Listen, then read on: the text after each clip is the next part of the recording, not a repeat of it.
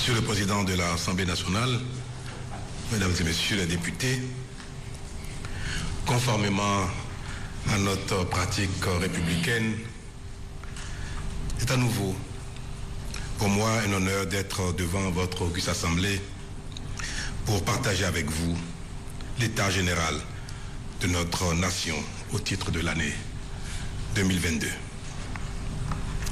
L'année dernière, à pareil moment, notre optimisme était légitime quant à une reprise de l'économie mondiale après les affres de la pandémie de Covid-19. J'avais néanmoins indiqué que notre pays devait encore relever deux défis majeurs, l'un sécuritaire et l'autre sanitaire. Un an après, où en sommes-nous? S'agissant du défi sanitaire, il est loisible de constater que le monde se remet globalement de la pandémie de Covid-19, grâce notamment aux avancées de la science, même si la vigilance doit rester de mise. Quant à notre système général propre de protection sanitaire, notre pays est encore loin d'assurer le minimum nécessaire. Cependant, la dynamique en cours et nos efforts sont de nature et d'envergure encourageantes. En ce qui concerne notre santé économique, la reprise post-Covid amorcée s'est brutalement estompée par le renchérissement des coûts des matières premières, de la logistique ainsi que des produits de première nécessité en raison de la guerre Russie-Ukraine.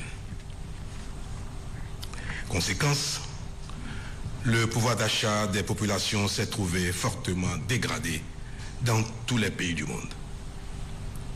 Monsieur le Président de l'Assemblée nationale, honorables députés, cette nouvelle réalité qui n'épargne ni pays riches ni pays pauvres concerne aussi, à bien des égards, notre pays qui, en plus d'y faire face, doit aussi relever le défi sécuritaire. Et sur ce plan, au cours de l'année, nos forces de sécurité et de défense ont été plusieurs fois sollicitées par des velléités djihadistes. Si elles ont connu des pertes de soldats, dont je salue une fois encore ici la mémoire, elles ont surtout opposé la riposte nécessaire pour faire des dégâts massifs dans les rangs de l'ennemi, traduisant ainsi leur bravoure et leur engagement patriotique.